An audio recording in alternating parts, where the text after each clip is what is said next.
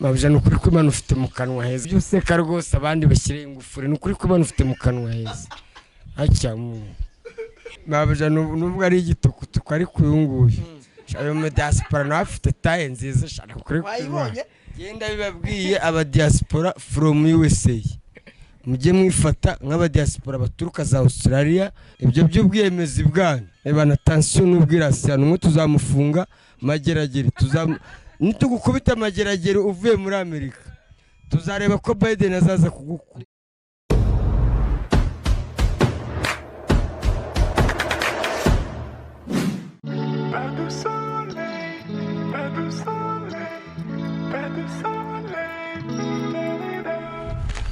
Yes, reka mwikaze kuri Shalom 250 naho turakora subscribe ndakwifuriza kugenda ugakora subscribe ugakora share ugakora na comment ugakora na like. Uyu munsi kuri Shalom 250 tuje kureba umudiyasipora uri kuba hano muri apartment hano ku Gisozi. No mudiyasipora wifuje kubonana na Yaka, arambwira ati ndashaka kuzabonana na Yaka nkagira ikintu mwibwira se cyangwa nkagira impano muwa cyangwa nkagira n'umufasha namuha. Uyu munsi rero nanjye nkuko yabinsabye ngiye kubahuza hano ku Gisozi aho umudiyasipora arimo araba muri apartment. Wowe icyo ngushishikariza no gukanda like, ugakanda share, ugakanda subscribe, hanyuma ibintu bikagenda neza kuri Shalom 250. Twagiye kureba uwo mudiyasipora.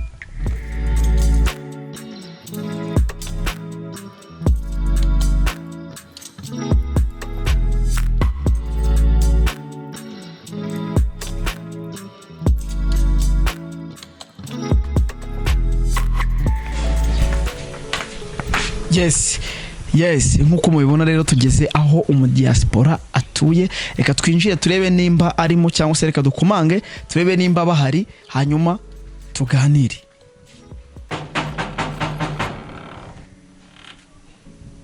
Nago wafunze? Yes, bamaze kuma karibu, reka twinjire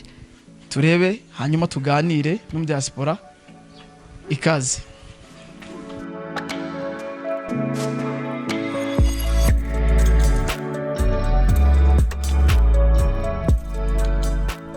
Twamaze kuhagera rero ndabona bameze neza bifunzemo beaucoup derrière abantu.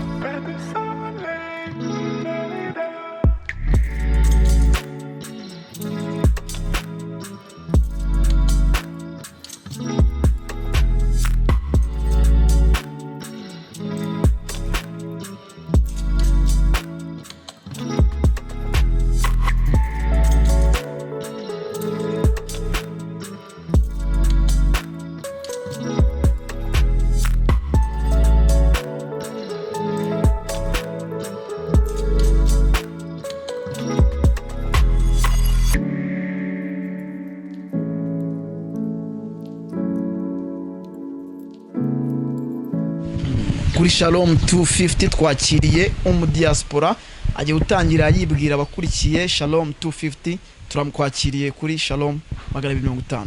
Murakoze. Amazina yawe? Yitwa Bigiraneza Onoline. Wabaga uvuye he? Sobanurire muri rusange. Musanzwe nari muri Australia, mvuyeyo mu minsi mike yashize. Uzanywe n'iki mu Rwanda se? Urebye nazanywe n'ibintu byinshi, harimo na business zanjye naje gusoza. Nkaba narazanye no kurana none n'umukashi wanjye Yaka. Najyaga mwumva naramubona ni kashi wanjye ibe byose. Ngiye ubwo twavuganaga warambwiye ngo ushaka kureba Yaka. Navuga nti umuntu ushaka kureba Yaka ibyo byose aramushaka byatari. Reka mvugane na Yaka shaka kunza bahuze. Yaka rero namuzanye. Namukuzaniye rwose. Uramubona ute Yaka? Ndamubona neza, no musore mwiza cyane. Nkuko namwumvaga niko ndi kumubona. Ego uri mwiza cyane. Mwe microphone Yaka agira uko. Okay, abakunzi ba Yakamwana, abafollowers abari Australia nkuko umudiyasipora avuye muri Australia avuga ati ngo ashaka kubonana na Yakamwana. Tukavuremo wa mudiyasipora we ndakwishimiye cyane. Ariko niba nta n'umugabo ufite twabiganiraho rwose kuko njye Amerika yaranyanze. Baranyanze ngo ndi umusinzi.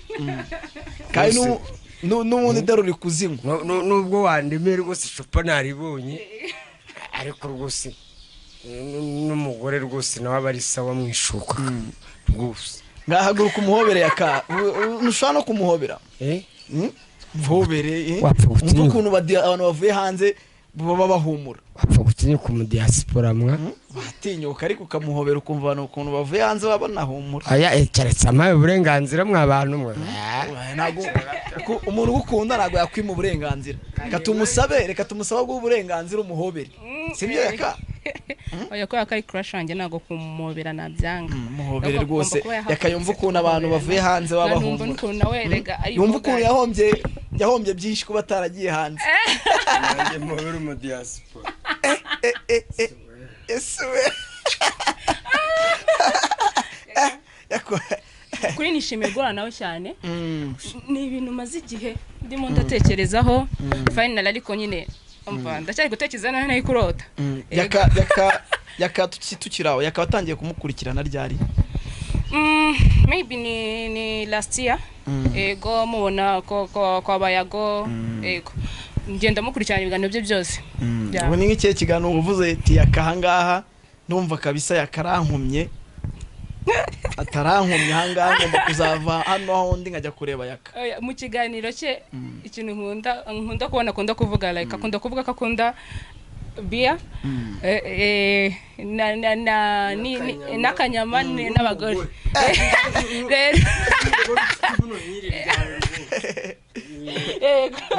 rero ibintu byose nemeje ko ningera mu Rwanda nzamukorera umunsi we byose nkabimuha byose ibintu byose ashaka umugore amufate ibintu byo kunywa ibintu byo kurya byose uyu munsi ninge nawe umunsi none na Yaka cyane tukavurema ekagira icyo akubwira kabisa rwose ngewe icyifuzo cyanjye byose rwose urabima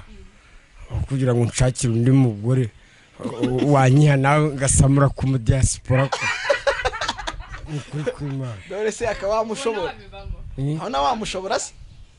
Yaka wamushobora umugore munini nagerageza rwose nanjye nkumva ukuntu umudiyasipora aryoha ubu ushaka kurya ku mudiyasipora Yaka ikibazo se hari ikibazo se urabona wahera he Yaka uja rwose wansamuza rwose nanjye nkandika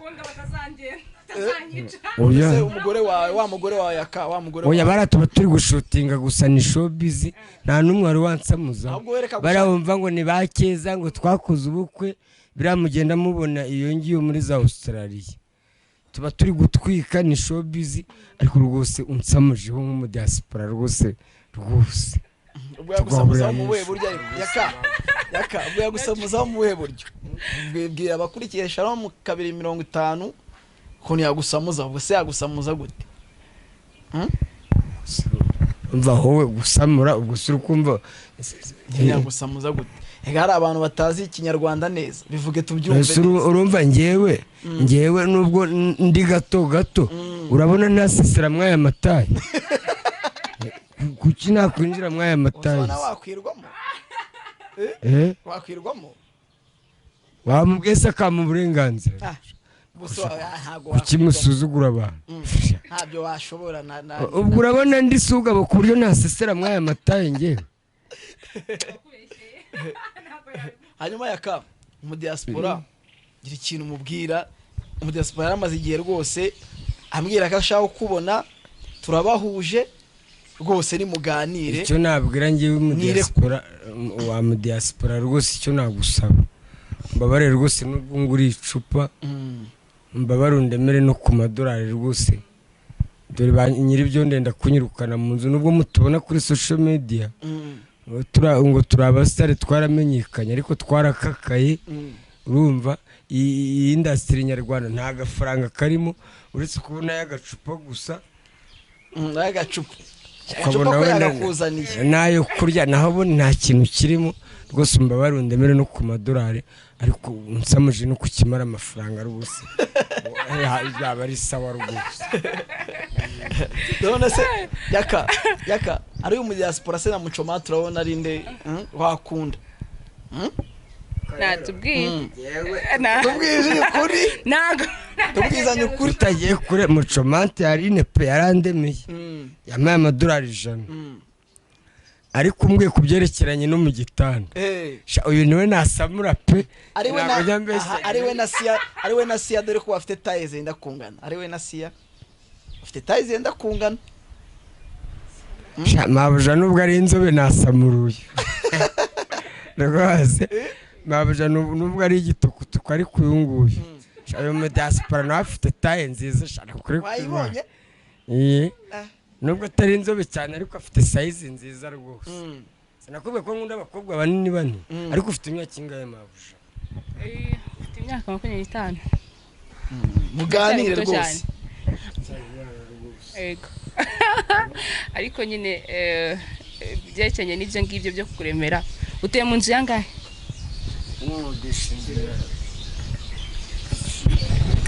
ni gito ndimo hano haruguru ni gito ni chambrette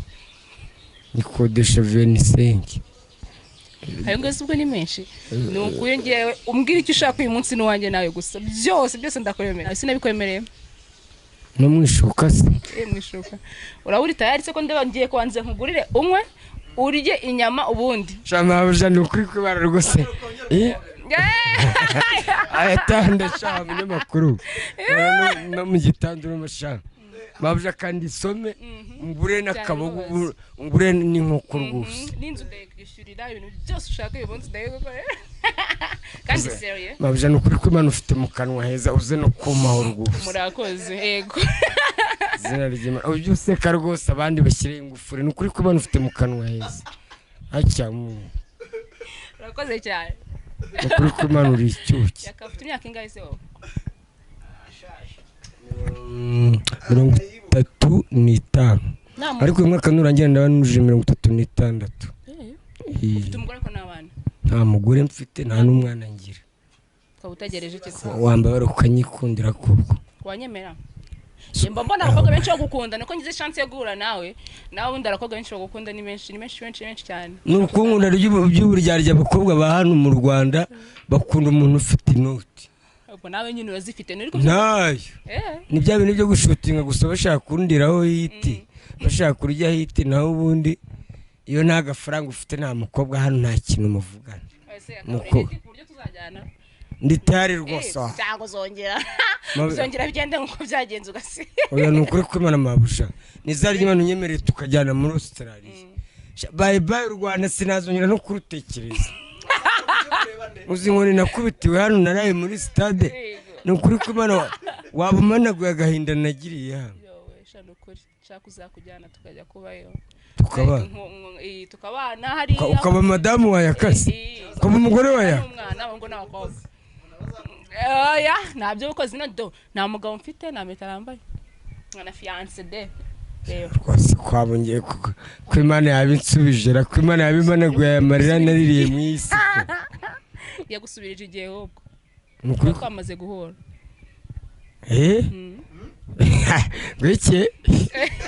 kumbari bitangaza Ibango Yaka mumaze guhura urumva buri kimwe cyose baragikwemereye bakwemerera kujyana muri Amerika ariko impungenge ze nizimwe bazasanga none wasinze bongere bagusige nicyo kibazo cyonyine nanjye mfite kuma uzanegura imbere y'igihe wenda niba tuzagenda mu cyumweru gitaha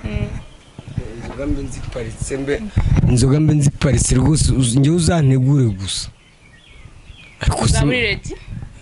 ariko uramutse untergushye nahita nkwanga nawe ukiri crash mase nubwo wenda uri mu zindi business waretse muri iyi minsi uri tukaba turi kumwe rwose nabyo byiza kugira bashe kuguidinga na discipline no kuma byose nkajya mba nkuri hafi ugeze muri hotel nanjye nkaba ndi hafi kwamfatira nanjye icyumba ariko tuzaturara mu cyumba cye kandi no gufatiye icyumba yagufatiye icyumba ntabwo n'ubuzima rara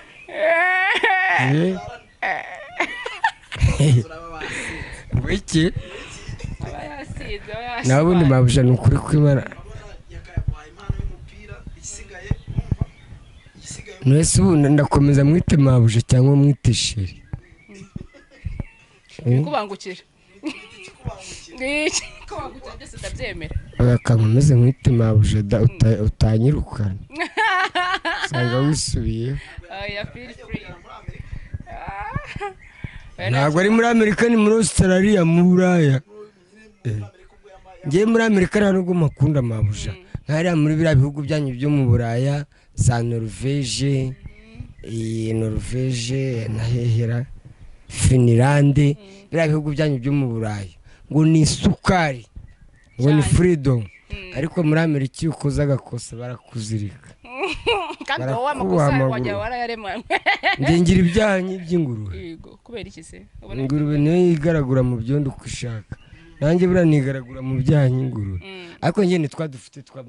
turi aho ngaho two gusinda gusakuza nuse siniba sinukana akunda gusinda cyakora nk'undi kimara amafaranga byo namaze kunywa ku icupa mbabarire rwose nutanama ndazana hano haba indaya za make oya wepfa kwanda yikwishyurira ufata icyo ushaka wewe ndayizana rwose uyinyishyure zirahari za make hari za 500 iz'igihumbi n'amadolari ariko n'amadolari cyane amanyarwanda yego bona basenye kugura byibura nka 50 uyu munsi ko ya 500 y'igihumbi yasengane bishana no kukwanduza bafite indwara nyinshi sinzi like ndakugurira iyo yasenka none uyu munsi no usanzwe ufite igihumbi ndakugura 50 ariko ntago njya nkoresha agakingirizo iyo ntabyumvikanye ari cyo se ndakoresha agakingirizo uyishobora naripimisha nsanga ndi muzima daburarega Imana niyo yirindira umuntu ushobora kwirinda sida ukavuga ntago uzabikora wazatusha rimwe ugahita uyandura njye ubikora buri munsi uzirirwamo inda nirirwa mu ndaya natwajya kwipimisha ugasanga njye ndi muzima icya kabiri ngenda nasiramuye kandi umuntu usiramuye dogiteri aratubwiye ngo ku munsi wa sida dogiteri aratubwiye ngo umuntu usiramuye kurwara sida umuntu usiramuye kurwara sida ni 60%. Ntago niba kitariki nanjye n'ubwambe mwumvishije ntago muzi ko umunsi wa sida uba hose wa sida cyangwa kurwanya sida umunsi wo kurwanya sida nahinze ngo ni umunsi wa sida dogiteri aratubwiye ngo umuntu udasiramuye kurwara sida ni 60%. na udasiramuye ni 100%. upfa kwishyiramo gusa nako kanya ariko iyo usiramuye ufite amahirwe 60%, ushobora kurongora umuntu urwaye sida ntuyandure kubera ko usiramuye. So icyo nabwira abagore rero mwabagore mwe mufite abagabo badasiramuye mugerageze rwose mubafate mubajyane basiramura abo bagabo banyu. nawe usaba abagore batanyana abagira icyo bavugaho bamukagatare n'ubu bifitemo amahugurwa ahubwo natubwire wewe eko yakudusobanuriye kuko none se keza mbere yuko mutandukana ntago wabyumvaga kwaje wumva ukuntu nimba ari mukagatare keza njye nakubwiye yuko keza yari show busy nta nubwo nize mukora no kubera gusa byari nibyo gutwika gusa ngo twakoze ubukwe ngo keza yabyaye ngo hani muntu byari ugutwika. So nukuvuga ngo keza bari mu yindi level ariko twashyize kuri agaragara twababwiye ko twatwikaga abantu bagabanye kutwibazaho cyane uko baravase Yaka afite umugore koko ese koko keza yarabyaye koko Yaka yamuteye inda. So twaratwikaga yari content Yaka ubundi hari umuntu wakubeshyira ko wateye indara hari umuntu wakubeshyira ko wateye inda ntago byabura ariko ngewe rero wa mugani wa mudiyasipora ngewe narongoye abakobwa benshi ariko niba nabyara ngiye simbi nta n'umwe wari wavuga ati Yakamwana ese ubwo bigenda musi n'igite ubu niba yarongoye abakobwa 1000 ninjye wabyara ninjye bugiye kubyara oya ariko cyangwa barababyara bakabakwima kuri umusitari byashoboka bashora kuba babanyima kubera bazi ko nta mafaranga ngira byashoboka n'amafaranga ugira urayagira umukobwa wa hano umutera inda yabona nta kintu uzamumarira akabeshyira undi muturanyi ufite babo bafite akantu bavuga turiya rimwe uzagira icyo amarira akandi rero wayimuteye Yesu agahita abeshyira mugenzi we akavuga ati nuriya kariya n'ubundi mvuze ko ariko kayeneye ntacyo kamarira karakaya ariko wese wamwemera akubwiye ati waneye inda kurya nizo ngizo za 500 n'igihumbi ubwo aramutse aje nyine akubwiye ati waneye inda wamwemera wumva bamushyira nko mu mago Yego afite umutima utari nk'uyu wanjye oya mama njye nigeze gutunga umugore ukwezi kumwe ariko nawe nazengereye niba umugore umunyu washize amakara yashize yagera ku gitenge none wanywa n'iri cupa se wanywa icupa uzi ko mu rugo nta bishyimbo biri ngureke nabaga muri Kongo nawe nazengera ariko sha nawe nabaye inzobe sinumva se muri Kongo aba amafaranga bwo wazungera n'amafaranga aba muri Kongo cyangwa wirwaga uryamye nta kazi ufite nyine akazi nari mfite icyo gihe twakoraga tudahembwa ariko azungera ko kwezi icyo gihe twari ingabo za Kabila twakoraga tudahembwa turi abakorera bushake oya ibyo ntubyinjiremo cyane iby'ikirashi byihore aho uri kutubeshya ariko ntukajye dusimbukisha wagiye mu ngabo oya nari mu code defense manda yanyu yararangiye hanyuma umudiyasipora rero namuzanye ndabahuza umudiyasipora wamubonye ute oya icyo navuga cyo numudiyasipora ni mwiza cyane kandi aranshimishije yaba abadiyasipora rwose bari bameze nk'uyu bakajya baza rwose natwe bakatugeraho tugasangira nk'iri cupa dukora abadiyasipora bwo baragura nuko baba bafite igihe gito inanga bagahita bisubirira iwabo mu Buraya cyakora nk'umudiyasipora rwose mabuja mbabari ukankunda rwose niba nta mugabo ufite ukanyijyanira mu Buraya tukibanira oyange tuzajyana humura nunashima n'umukobwa uzambwire nawe mutegere mujyane nta kibazo uve mu Rwanda ariko nyine ugende hariya wambabara kuko ukankunda nundi ndagukunda suri crashanye sinabikubwiye nundi ndagukunda niyo mpamvu nyine nanjye nagutumye ahantu hose muzanzane Yaka mbere yuko ngenda Yaka Yaka nshaka umukobwa mwiza uzatujyana cyane rwose mwemere no kubyara muri iyo byose nzabyitaho ngewe babuje umukobwa ndamuzanire hemase aya kanze ndaze gushaka kandi gakobwa keza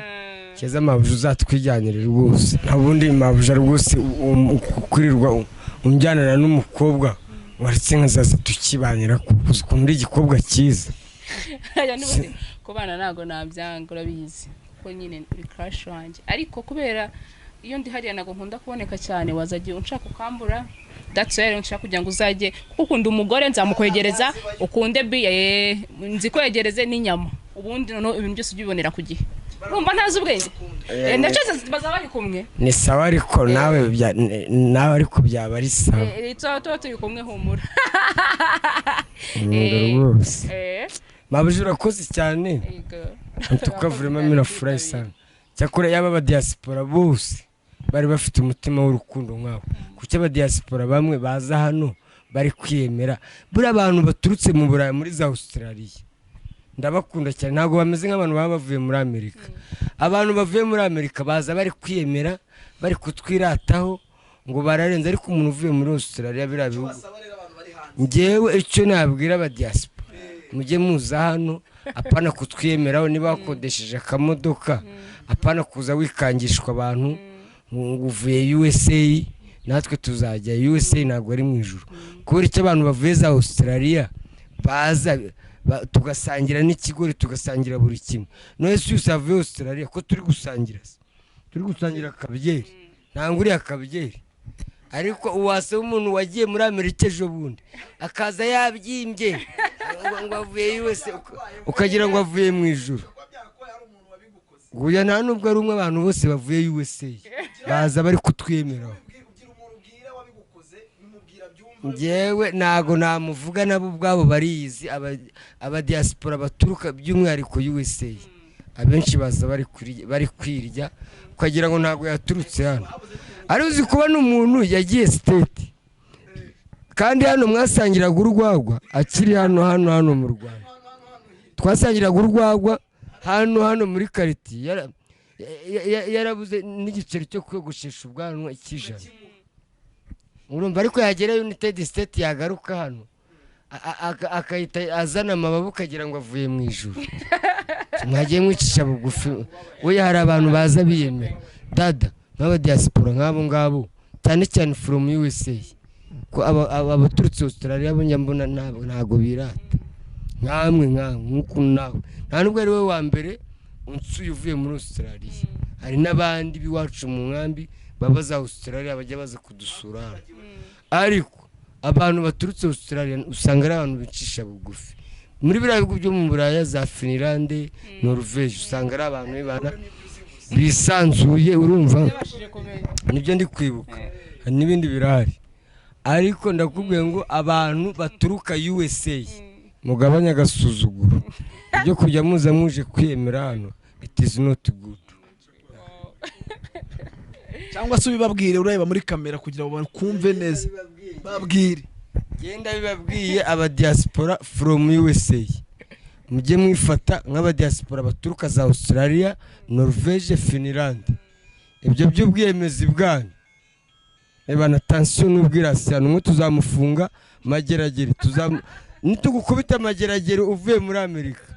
tuzareba ko Biden azaza kugukura turimo dusoza ikiganiro twaye tugiranye wowe na Yaka ubundi ubusanzwe hari izindi business ugira ukorera mu Rwanda cyangwa ubuje kwitemberera bisanzwe